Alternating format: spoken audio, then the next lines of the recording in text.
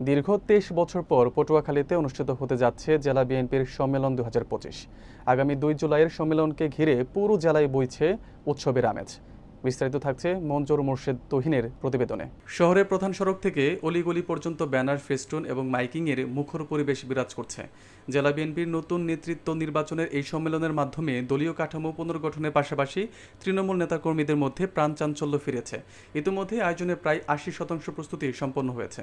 দলের কেন্দ্রীয় কার্যালয় থেকে গত 24 জুন সম্মেলনের তারিখ ঘোষণার পরপরই জেলার বিভিন্ন ইউনিটে ব্যাপক উৎসাহ উদ্দীপনা দেখা যায়। সভাপতি পদে 3 জন, সাধারণ সম্পাদক পদে 6 জন এবং সাংগঠনিক সম্পাদক পদে 5 জন প্রার্থী প্রতিদ্বন্দ্বিতা করছেন। সম্মেলনকে সফল করতে রোববার সকালে পটুয়াখালীতে এসে পৌঁছেছেন বিএনপির কেন্দ্রীয় ভাইস চেয়ারম্যান ও সাবেক স্বরাষ্ট্র বাণিজ্য মন্ত্রী আলতাফ হোসেন চৌধুরী। তাকে স্বাগত জানাতে শহর জুড়ে নেতাকর্মীদের ভিড় দেখা গেছে। আহ্বায়ক কমিটি 30 জন সদস্য সহ জেলার 14টি ইউনিটের মোট 1414 জন ভোটার এই সম্মেলনে ভোট প্রদান করবেন বলে জানা গেছে। বিএনপির নাম নিয়ে যারা চাঁদাবাজি দখলবাজি করেছেন তাদেরকে কিন্তু ক্ষমা করা হবে না।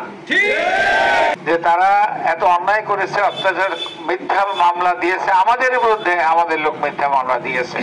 শেখ হাসিনা পালিয়ে যাওয়ার পরে যদি বিএনপির লোকজন বলে যে আমরা আগেই ভালো ছিলাম, এর চাইতে লজ্জার কিছু থাকতে পারে?